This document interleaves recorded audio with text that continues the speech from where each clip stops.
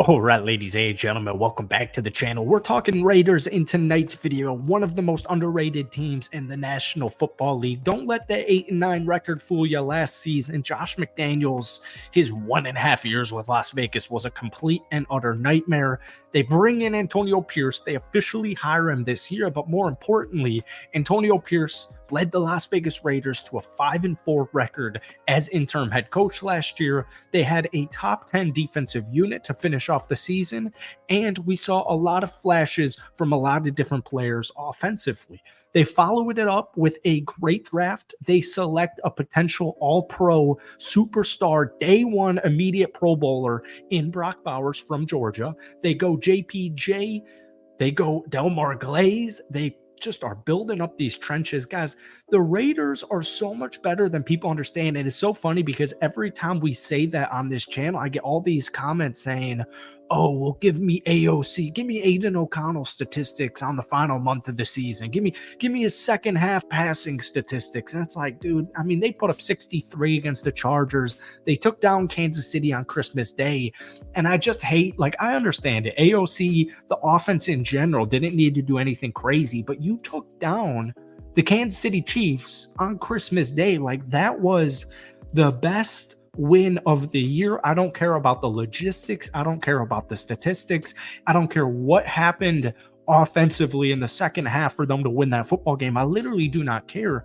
They took down the Kansas City Chiefs on Christmas Day, and they ruined millions and millions of Kansas City Chiefs fans' Christmas Day, which is all you really could ask for. So we're talking Las Vegas because they actually just made a couple of nice moves. They're going to continue to make more moves as the offseason progresses now that the draft is wrapped up. But welcome back to the channel. We post daily Raiders content over here. Hit that like button, hit that sub button. Appreciate you guys as always. If we're trying to get this video to 250 likes, that would mean the absolute world to me. So like 30 minutes ago, they just picked up Andres Pete to the Las Vegas Raiders. Now, this is more of a depth move. I wouldn't be surprised, actually, if he won the right tackle position. While in New Orleans, Pete was a Pro Bowler who started 102 games. He is 30 years old. He's a lifelong Saint after being selected 13th overall by New Orleans back in 2015. He played left guard his entire career before he switched to LT this season. While he did give up 10 pressures in week 1, he settled in and had combined only 17 in the next 10 games. So once again, more of a bench or a depth player, I should say, for Thayer Munford over at right tackle. But still, you always want offensive line versatility because it's always a when, not if these guys end up getting banged up and need to miss a game or a couple of games. The move they made earlier today, I really liked it. Jalen Guyton, 4.3540. All right, that's important because the wide receiver room is just very top heavy. When we go to Vegas last year, like even with the additions of Brock Bowers, we'll talk about Gallup in just a second here. Devontae Adams led the team with over 1,100 receiving yards. Jacoby Myers, underrated, top 5 underrated wide receiver 2 in the NFL, 807 yards last season. But after that, there was a huge drop off, and the second 2 leading receivers after Jacoby and Devontae were Trey Tucker and Micah Mayer. Those guys only had a little bit over 300 receiving yards, but once again, they were rookies. The reason I like Guyton is because, and honestly, I don't even know if he's going to end up making the roster. We'll see. He's got a chance at it.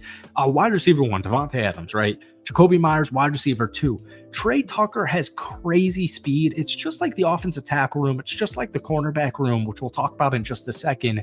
You want as much depth, as much versatility as humanly possible. Trey Tucker has unreal speed. The one thing is, what if he misses a couple of games? What if he gets banged up? So I like going for Jalen, a guy who Tom Telesco has picked up numerous times, coming on over from the Los Angeles Chargers. And then once again, Michael Gallup as wide receiver 4. It was a huge move. You know, Gallup's a guy who you can just rely on to get you at least 400 receiving yards. If Devontae's banged up for a game, if Jacoby's banged up for a game, you can feel comfortable that Michael Gallup can at least give you production efficiency, and he's just a great veteran to pick up. So I loved the Michael Gallup pickup, but they did pick up Jalen and Andres earlier today. And once again, I don't think they're going to be done. We're going to talk about that in just a second. So going back to the misunderstanding of the Las Vegas Raiders, over the second half of the season, last year. They were among the best scoring defenses in the NFL, including a pass rush that averaged over 3 sacks a game. So they bring in Christian Wilkins to the mix through free agency. So now you have one of the best pass rushes in the league, right? We take a look at that defensive line. Max Crosby's Max Crosby. Christian Wilkins is Christian Wilkins. You can no longer double team freely Max Crosby, which you were beginning last year at the end of it. You were like beginning to not be able to double team Max Crosby every possession because Malcolm Kuntz really broke out in the second half under Antonio Pierce. And then, of course, we can't forget Tyree Wilson, who was more moved into interior defensive line, pick number 7. He dealt with so many injuries. He was coming off an injury at the end of his college career that, in camp, he missed camp. So he comes in for the final preseason game and barely plays. So he's just kind of thrown into the mix. And it took him, pretty much the entire season, excluding the last month of the regular season, to really get going. And once again, he was moved to interior defensive line. So I love the pass rush. I really do. If guys like Tyree Wilson can take that leap this upcoming year, if Jacorian Bennett can take a leap forward, this unit has unbelievable amount of talent and potential. Now, speaking of the defensive back room, both of the safeties, Epps and Morick, they're on final years of their contract, but we'll deal with that at a later date. Jack Jones is cornerback 1. Now, I've always had the thought that you don't need a freaky defensive back room.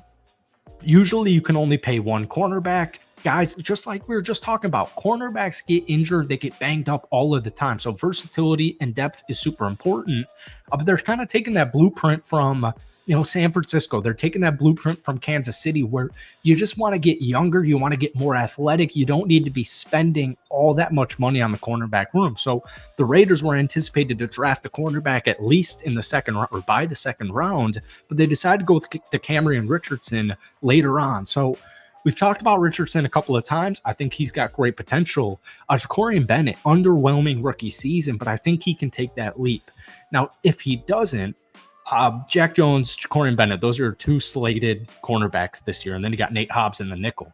Adoree Jackson, there's a bunch of cornerbacks available on the market. Adoree Jackson makes a lot of sense. He's still a free agent. He spent a year under defense coordinator Patrick Graham's system when they were both in the New York Giants. He's an experienced starter, and I do think he would just at least bring up the level of competition in the cornerback room. Now, Jackson started 36 games over the last 3 seasons, and he did not allow an opponent passer rating above 100 during that span.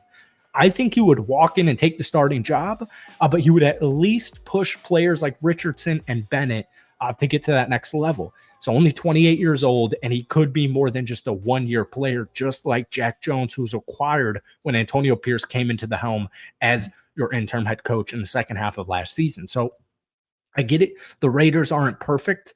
But guys, this is a severely improved Raiders team from second half last year, and they only got better in this year's draft. So give me a confidence rating scale, 1 out of 10, 10 being very confident for the Raiders on paper for this upcoming season. Thank you guys for watching. Hit that like button, hit that sub button, and we'll see you tomorrow.